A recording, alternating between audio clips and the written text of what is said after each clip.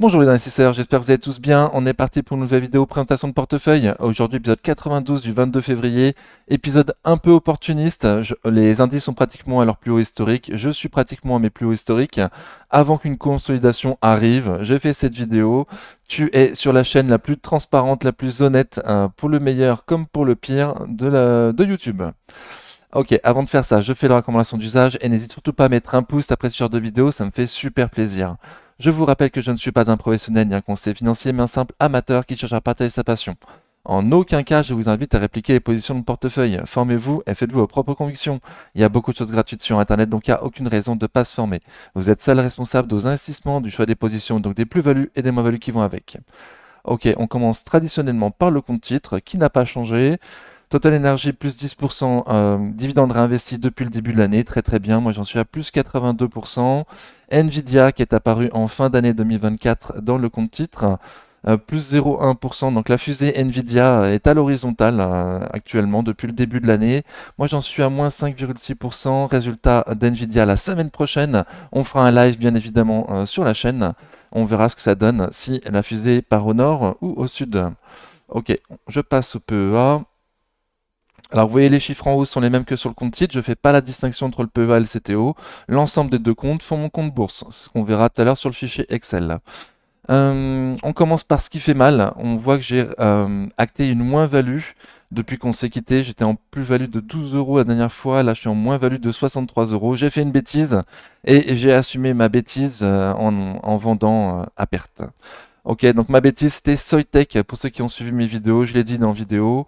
Donc, qu'est-ce qui s'est passé? J'ai acheté Soitec la veille, enfin le jour des résultats, juste avant la clôture, les résultats allaient être publiés une demi-heure ou une heure plus tard. Parce que le management nous avait dit au trimestre précédent être très confiant, machin, machin. Vous connaissez l'histoire. Ça a ouvert en gap énorme baissier, on a perdu 25% dans la journée. Donc, ma thèse d'investissement était totalement fausse. Le management nous a eu, en tout cas, il m'a eu. J'ai décidé quand même de fortement me renforcer parce que le prix pour moi était quand même intéressant sur Soitec et l'est toujours d'ailleurs. Donc à 60 euros, je me suis renforcé fortement. À 56, je me suis également renforcé de nouveau. J'avais un PRU aux alentours de 66 euros et j'ai vendu quand j'ai vu, enfin quand j'ai estimé que le rebond technique était fait, quoi.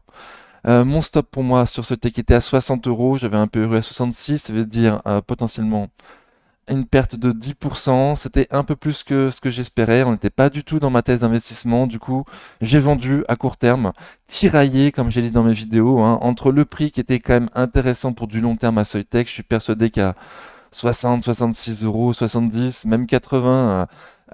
Sur du long terme, ça passera certainement au-dessus des 100 euros à un moment donné, Soitec. Mais c'est pas ma thèse d'investissement, j'étais pas rentré dessus pour du long terme. Ça m'embêtait de bloquer de l'argent, quand même beaucoup d'argent, j'avais 1200 euros au final dessus. Euh, donc j'étais passé en dessous de mes 20% de marge de sécurité et je voulais pas bloquer de l'argent pour une société européenne. Moi, je veux me diversifier, notamment aux États-Unis. J'attends des opportunités aux États-Unis pour utiliser mon cash. Voilà, là, je voulais faire un trade court terme. Mon trade court terme a foiré.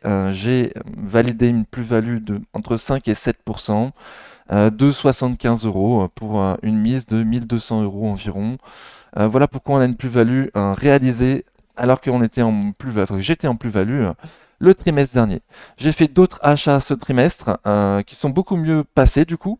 On les verra au fur et à mesure des entreprises. J'ai un petit peu changé ma façon de présenter mes achats du coup. On va commencer sinon ligne par ligne comme je faisais d'habitude. Euronext plus 9,88% depuis le début de l'année, donc très bien, mais fait moins bien que le CAC GR quand même. J'en suis à plus 85% sur cette ligne. C'est pas une grosse ligne, malheureusement, c'est pas dans mon top 5 d'investissement, mais pourtant c'est la plus grosse plus-value sur mon portefeuille actuellement, donc très très bien. Je vends pas, je garde tout long terme. Si je pouvais me renforcer sous les 70 euros pour ma part, ça m'intéresserait. Euh, voilà, donc sinon je garde tout long terme, j'ai rien à vendre sur Euronext. Magnifique entreprise, j'en ai pas pris assez. Avant de ça, je voulais aussi parler des entreprises que j'avais mis sur le côté. Donc à gauche, c'est une entreprise sur lesquelles j'avais plus de conviction pour ce début d'année, pour le premier semestre. On voit que ça part mal sur FDJ, l'une de mes rares sociétés en moins-value depuis le début de l'année. Donc j'avais tort. ABC Arbitrage, ça se passe bien. Et Amundi aussi, ça se passe bien, plus 7%, ok. Et là où j'avais vraiment tort, c'est sur les sociétés sur lesquelles je pensais pas que ça rebondirait si fort. Kering et ST Microelectronics. Donc Kering, plus 17% depuis le début de l'année. Je me suis renforcé. ST Microelectronics, plus 10% depuis le début de l'année, donc fait quand même un peu moins bien que le CAC GR, mais bon, plus 10% quand même en 2 mois, c'est vraiment bien. Je m'attendais pas du tout à ça, je me suis aussi renforcé, on verra ça au fur et à mesure. Donc belle erreur, malgré tout j'ai su voir que j'avais fait des erreurs. En tout cas, Kering et ST Micro étaient sur des zones de support sur lesquelles j'avais dit que je me renforcerais. Il y a eu un rebond à court terme, je me suis renforcé après ce rebond à court terme. Et je me laisse ces opportunités, elles sont pas encore montées au-dessus des 1000 euros, ces lignes-là, de renforcer beaucoup plus bas si on y va. Ok, maintenant que ça c'est dit, je continue ligne par ligne. Coface, plus 11,27% depuis le début de l'année, donc très très bien, fait mieux que le CAC GR. Super, j'en suis à plus 45% depuis que j'ai commencé ma ligne. C'est pas non plus dans mon top 5 d'investissement Coface, j'en ai pas pris énorme. Belle plus-value, plus 45%. Je garde tout long terme, le plus gros rendement en dividende de mon portefeuille. Donc je garde tout long terme, j'aimerais m'enforcer sous les 10 euros le jour où on ira. Equasens, à moins 15,7% depuis le début de l'année. Aïe aïe. Donc mon gros pari, j'en suis à moins 23% sur ma ligne. Il faut croire que j'adore les small cap en énorme tendance baissière parce que je me suis encore renforcé. Je me suis encore renforcé. Ah, j'ai pas mis la ligne. Ok, donc il y a eu une petite coupure. Je parlais décroissance, donc on va voir l'achat décroissance du coup. Pardon, j'avais mal préparé mon coup. Donc je me suis renforcé sur Equasens à 36 euros. Depuis, c'est un petit peu remonté à 37,30 €. Bon, la publication n'était pas bonne, décevante. On s'attend quand même à un rebond en 2025. On va voir si Management avait raison. Euh, je reste relativement confiant, mais prudent. Prudent, on va dire. On va voir les prochaines publications. Pour l'instant, j'ai tort. Pour l'instant, j'ai ultra tort. Pour l'instant, je fais que me renforcer à la baisse sur Equasens. Aucun signe de rebond pour l'instant. Très très court rebond à court terme. Bon, ça veut rien dire. Ok, donc à suivre Equasens. Pour ma part, pour l'instant, c'est un mauvais plan. On va voir si ça sera dans la même lignée que Reborn Media. Nekon, Big Ben Interactive, ou je sais plus sur quelle crotte j'ai pu rentrer en small cap en énorme tendance baissière. Et quoi, ça, c'est pas de la crotte. Donc à suivre, à suivre. Mais sur une mauvaise passe, j'avoue.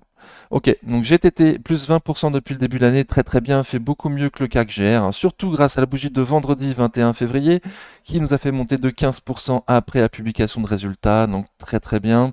J'en suis à plus 49,9% sur cette ligne GTT, j'en ai pas pris énorme, ne fait pas partie de mon top 5 d'investissement GTT, pourtant belle plus-value, et je m'attends encore mieux pour le reste de l'année.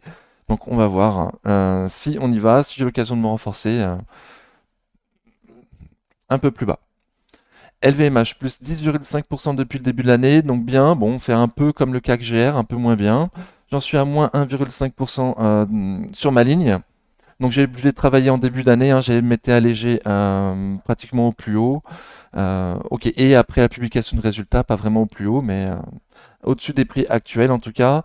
Et j'espère me renforcer sur les 600 euros sur LVMH pour continuer à faire baisser mon PRU et faire augmenter ma ligne. La faire repasser en première ligne de mon portefeuille, ça m'intéresserait. Très bien. Donc, et ne devrait pas faire. Bah, pour moi, elle est déjà un prix juste sur LVMH. Je m'attends plutôt à aller sur les 600 euros. S'il y a l'occasion d'aller sur les 750, est-ce que je me réallège? Bon, je pense pas. Voilà, je dois attendre les 600. Orange, plus 15% depuis le début de l'année, très très bien, fait mieux que le CAC GR. Ah, bah ça change, mais on est arrivé à des prix où moi je commence à réfléchir pour m'alléger, quoi. Objectif 11,80 au nord, hein, l'objectif, le range actuel sur Orange, plutôt vendre le plus proche possible des 11,80, 11,50, 11,80. Euh, voilà. Faire passer en dessous des 1000 euros de somme investie sur Orange. Je garde long terme fonds de portefeuille pour le dividende, certes, mais elle est trop haute dans mon portefeuille actuellement, je peux plus l'avoir. Même si actuellement on fait une belle performance, voilà, c'est pas vraiment son habitude, donc je compte m'alléger à un moment donné ou à un autre. FDJ, moins 1,8% depuis le début de l'année, aïe aïe aïe, donc fait moins bien que le CAC GR, hein, l'une des trois sociétés en moins-value dans mon portefeuille depuis le début de l'année, donc pas cool. Surtout que c'était une conviction pour moi. Bon, il y a un analyste est sorti en disant 30,70 € d'objectif de prix. Ça fait un petit peu mal, hein. Donc ça se voit sur le cours de bourse, hein, depuis le début de l'année, ça fait rien. J'en suis à plus 8% sur ma ligne. J'ai suffisamment pour m'alléger un tout petit peu quand ça ira au plus haut historique. En attendant, j'avais prévu de me renforcer sur les 37. Au passage des 37, bah, je l'ai pas fait. Je l'ai pas fait. J'ai pas énorme confiance. J'ai pas mal de cash. J'ai 22% de cash. Mais je l'ai pas fait quand même. Voilà. Je vais attendre plus bas, les 34 ou les 30, voir. Mais les 37, comme je pensais au départ, pour en l'accumuler encore plus et viser 45-50 €. Voilà, c'est plus d'actualité. Ruby plus 8% depuis le début de l'année, donc c'est bien, mais c'est moins bien que le CAC GR. J'en suis à plus 8,8% sur ma ligne. J'espère toujours un départ à la retraite du management et faire sauter la commandite pour aller voir beaucoup plus haut sur Ruby. En attendant, j'ai 12% de rendement, 11% peut-être maintenant, je sais plus. 11% de rendement pour patienter que le management part à la retraite. Cette ligne, je la vendrai au pire en 2026, si jamais il n'y a toujours pas d'histoire de retraite. Voilà. Moi, je garde pour le dividende et pour le départ à la retraite des managements. Si en 2026 ça se concrétise pas, je penserais à m'alléger ou peut-être à vendre Ruby. Crédit Agricole plus 17,7% pratiquement depuis le début de l'année, donc très très bien, fait beaucoup mieux que le CAC GR. J'en suis à plus 65% depuis que j'ai commencé ma ligne. C'est une toute petite ligne de mon portefeuille. Voilà, j'avais vendu Société Générale, j'avais pris Société Générale pour profiter de la hausse des bancaires. Malheureusement, je l'ai vendu juste avant que ça explose, alors que j'avais des très fortes convictions. Bon, bon, bon. C'est comme ça, il me reste plus que Crédit Agricole, je vends rien, j'ai une toute petite ligne, je me renforce lors d'un crack, lorsqu'on passera sous mon PRU pour avoir une bancaire long terme avec un bon dividende et un super PRU. Donc je suis patient, pour l'instant je touche pas. ABC Arbitrage plus 8,14% depuis le début de l'année, donc très bien, bon, fait moins bien que le CAC GR. J'en suis à moins 3%, c'était une conviction de début d'année, surtout que le management qui nous a dit avoir fait un bon deuxième semestre. Donc très très bien. Est-ce qu'on aura un dividende de 30 centimes ou de 40 centimes ou de 35 centimes? On coupe la poire en deux. Pour l'année prochaine, à suivre. Toujours assez confiant avec la nouvelle d'un bon deuxième semestre sur ABC Arbitrage. Je me renforce perso sur les 4,30, il me semble, de souvenirs. Si on y retourne. Stellantis plus 6,6% depuis le début de l'année, pardon, depuis le début de l'année. J'en suis à moins 1,33%. Mon PRU a baissé parce que je me suis renforcé sur Stellantis en visant le dividende. C'est une des rares sociétés que j'avais en portefeuille pour le dividende qui était en moins-value et avec un beau rebond à court terme. C'était sympa. Donc deuxième fois que je me renforçais sur le support des 12 €. Voilà, pour faire continuer à faire baisser mon PRU, augmenter mon rendement et mon dividende. Je garde de l'espace pour me renforcer sur les 10, les 8, les 6. Hop, ah, je sais spoiler. Ok, donc petit renfort de 250 € environ hein, sur Stellantis pour faire baisser mon PRU. Hop. Et bon, plus 6,6% depuis le début de l'année. Bon, c'est toujours en positif. Tout monte ces temps-ci, de toute façon, tout monte, hein. Même les trucs mauvais, tout monte.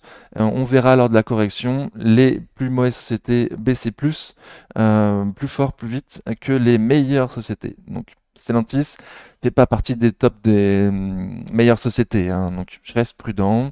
Bon dividende, voilà, plus 6,6%, très bien. Technip Energy plus 5,9% depuis le début de l'année, donc en positif, mais beaucoup moins bien que le CAC GR. J'en suis à plus 26% sur ma ligne, petite ligne de Technip Energy, donc je garde tout long terme pour le dividende, pour la croissance long terme. Hum, voilà, je me renforce plutôt sur les 24, peut-être même en dessous, les 22, à voir, Technip Energy. Total Energy plus 10,5%, donc j'ai aussi une ligne sur le compte titre, on l'a vu tout à l'heure. Donc plus 10,5% depuis le début de l'année, très bien, fait à peu près comme le CAC GR. J'en suis à plus 12% sur cette ligne, je m'étais renforcé à 51 récemment, et j'espère qu'on y retournera au cours de l'année sur le support des 50, voire même en dessous pour continuer à me renforcer. Je trouve que le prix est bon, mais j'en ai déjà pas mal entre ma ligne compte titre et PEA, donc moi je suis exigeant. Voilà, je vais attendre les 50-51 au minimum pour me renforcer sur Total Energy pour l'instant. en espérant qu'elle se fasse coter aux États-Unis cette année, et ça ferait une belle plus-value, je pense. Eurofin Scientifique, moins 1% depuis le début de l'année. Aïe, donc l'une des trois c'était en moins-value depuis le début de l'année. J'en suis à moins 8,5% sur cette ligne. Elle est une petite ligne, toujours en dessous des 1000 euros. Je compte me renforcer sur le support des 44 si on y retourne, et ensuite les 40 euros. Voilà, faire baisser mon PRU, belle entreprise. Peut-être que mon PRU est trop élevé. J'ai commencé trop haut. J'ai commencé trop haut, donc je vais continuer à travailler plus bas. Là, je suis en légère moins-value. Euh, mais toujours confiance sur l'entreprise. ST Microelectronics plus 10,20% depuis le début de l'année, donc fait à peu près comme le CAC GR. Très bien, je me suis renforcé. J'en suis à moins 9,8% depuis que j'ai commencé ma ligne. J'avais auparavant un PRU sur les 34 euros et donc j'ai renforcé environ 250 euros de nouveau. Hop, j'ai fait que des renforts de 250 euros. Non, ST Micro, hop, elle est là. Donc 10 à 22 euros, donc même 228 euros de renfort pour faire baisser mon PRU de 34 à 29,90, quelque chose. Donc c'est pas mal. En plus, ça a très très bien continué à performer ST Microelectronics depuis mon renfort, donc très très bien. Ah, d'ailleurs, je me souviens plus pour Stellantis. 12,59, 13,48, ouais, donc pareil, ça s'est bien passé. Hop. Et Croissance, 36, 37, 30, pareil. Ok, donc on est plus haut que mes renforts pour l'instant. Et je ne retrouve plus mon portefeuille. Ok. Donc on était sur ST Microelectronics, je me suis un petit peu renforcé, ligne à 740 euros. Donc j'ai pas énorme de confiance. Je garde l'opportunité de me renforcer beaucoup plus bas si on y va.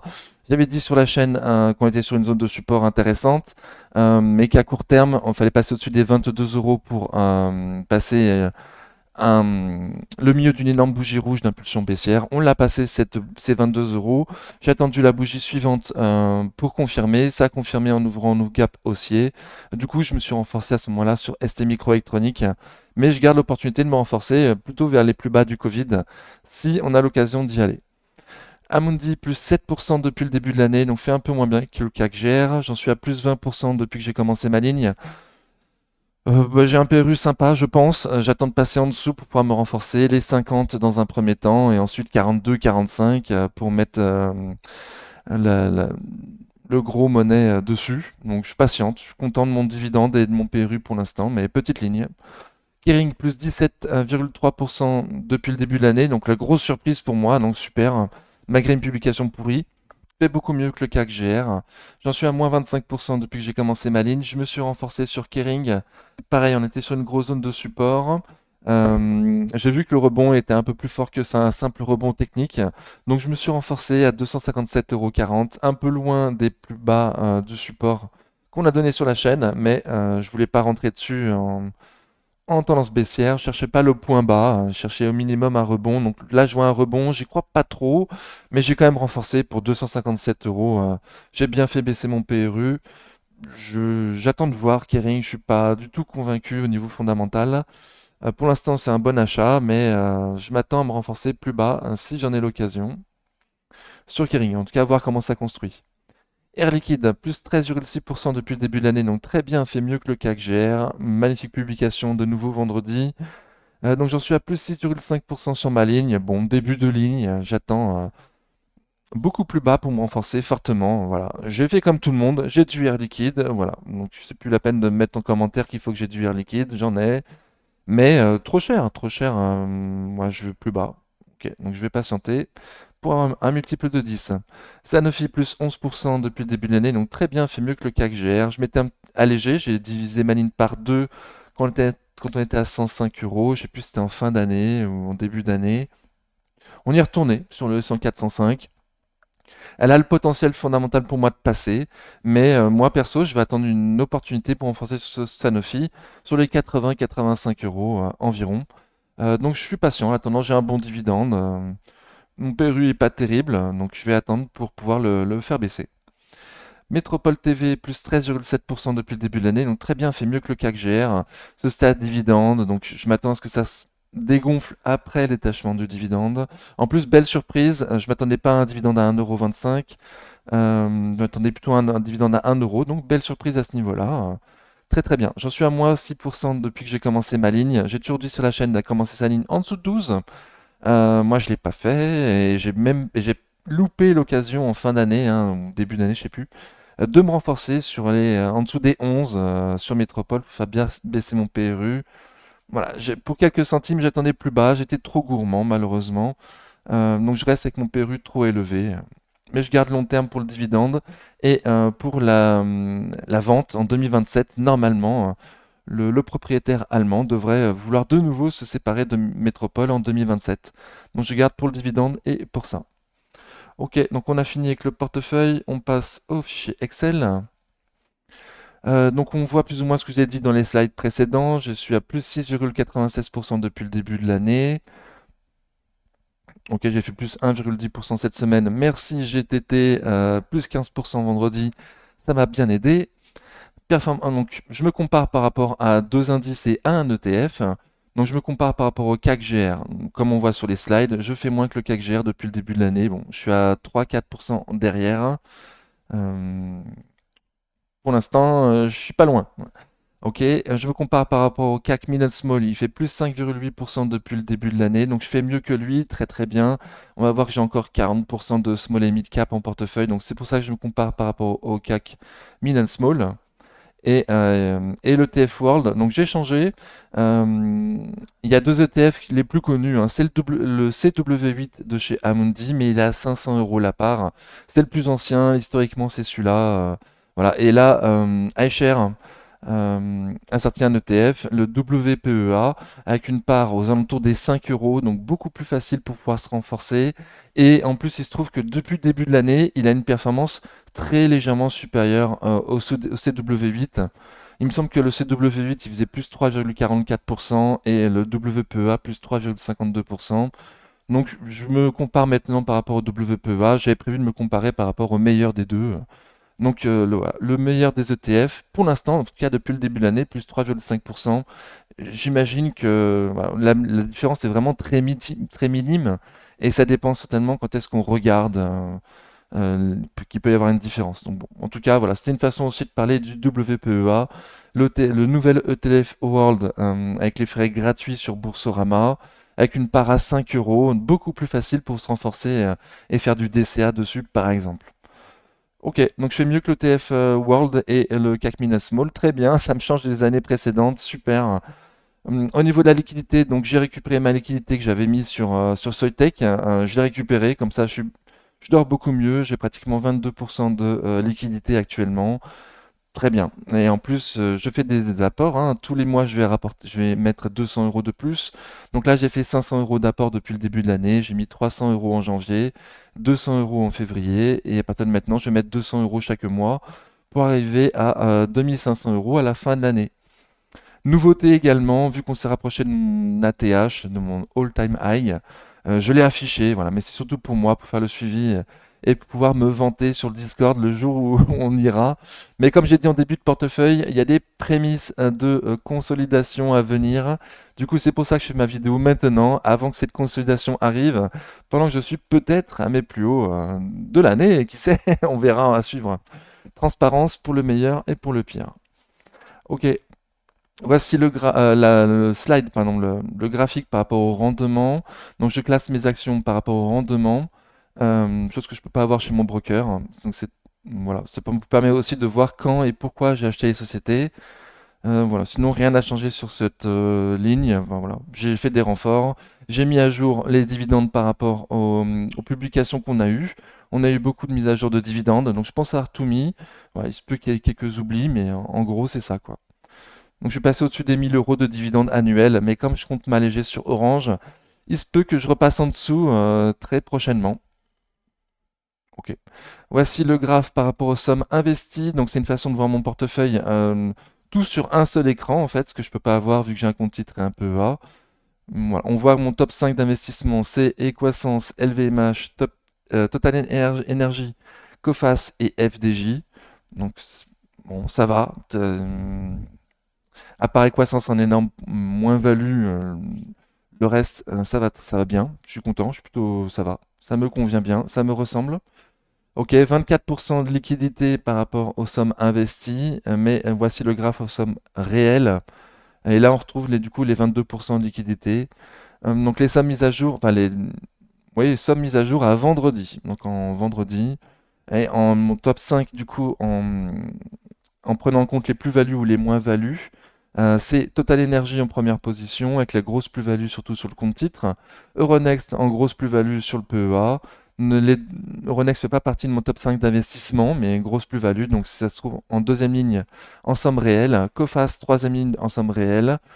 Pareil, belle plus-value. Et Croissance, c'est la première ligne de mon portefeuille en somme investie, mais en énorme moins-value, donc du coup se retrouve en quatrième place en somme réelle. Et GTT également, belle plus-value, en cinquième position. Donc, très bien, plutôt content. À part de nouveau Equasens en grosse moins-value, hein, ça fait pas plaisir, mais j'espère que ça va passer. Voici le graphe par rapport au secteur. Donc je suis les secteurs, je ne veux pas être trop investi sur un secteur. Donc pour l'instant ça va, il n'y a pas un qui domine par rapport aux autres.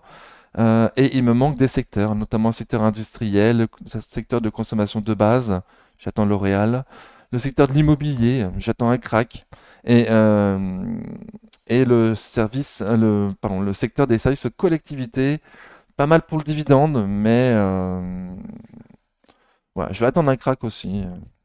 Bon, c'est des sociétés qui sont très très dures soit dures à faire une analyse quantitative, soit les secteurs d- en, par eux-mêmes sont nuls, quoi. Genre l'immobilier, ils sont tous hyper endettés. Et en plus, c'est compliqué à calculer l'immobilier, il faut faire des calculs particuliers. Bon, j'ai déjà passé le cap pour la bancaire, hein. Je n'arrive pas à comprendre les résultats, les publications des bancaires, ça évidemment, je comprends rien du tout. Mais voilà, je veux pas d'autres non plus, quoi. Je comprends bien que les bancaires sont à la base de notre civilisation, entre guillemets, ça peut pas vraiment couler. Donc c'est pour ça que je prends le risque. Mais l'immobilier, c'est autre chose. Donc je vais attendre. Et ça, ce collectivité, pareil, hein, c'est souvent des entreprises très très, au niveau quantitatif, très très mauvaises, quoi. Donc j'ai du mal à rentrer dessus pour l'instant. Ok, voici pardon, mon portefeuille par taille d'entreprise. Donc on voit que j'ai 40% de small et mid cap toujours, hein. Donc c'est pour ça que compare par, compare par rapport au CAC Mid and Small. J'en avais beaucoup plus auparavant. Je fais monter au fur et à mesure les large cap en priorité. Alors les larges et les mid cap, hein. J'avoue que j'aime beaucoup aussi les mid cap là. Ok. Mais éviter les small cap en énorme moins-value, ce serait en énorme tendance baissière, pardon, ça serait peut-être mieux pour mes performances. Voilà, j'espère que cette vision de portefeuille vous a convenu. La chaîne la plus transparente du YouTube Game, pour le meilleur comme pour le pire, jusqu'à ce que la plus-value nous sépare hein, et que je parte vivre à Tahiti, un truc comme ça. En attendant la prochaine vidéo, prenez soin de vous et n'oubliez pas les pouces avant de partir. Ciao!